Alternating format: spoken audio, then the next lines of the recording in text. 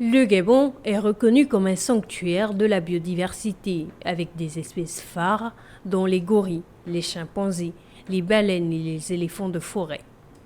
Le pays abrite la plus grande population d'éléphants de forêt du bassin du Congo, avec plus de 50 000 têtes.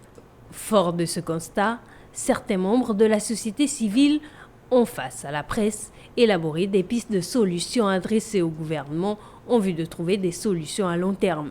Attirer l'attention du gouvernement parce que le phénomène est tellement légion sur toute l'étendue du territoire.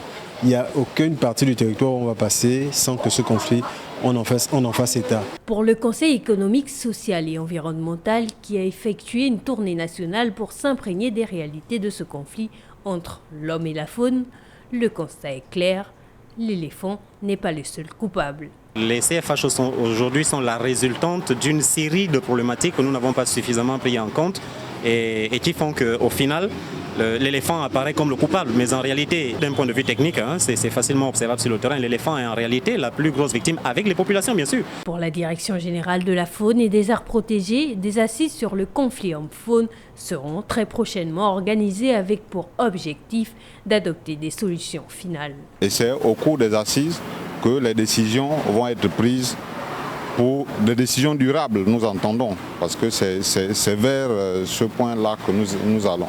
Des décisions durables qui vont mettre ensemble en place, on va dire, une bagatelle des actions pour la gestion durable de ce conflit. Même si un début de solution a déjà été envisagé avec des barrières électriques et la mise en place d'une subvention de 2 milliards de francs CFA pour les victimes dans la loi de finances 2022.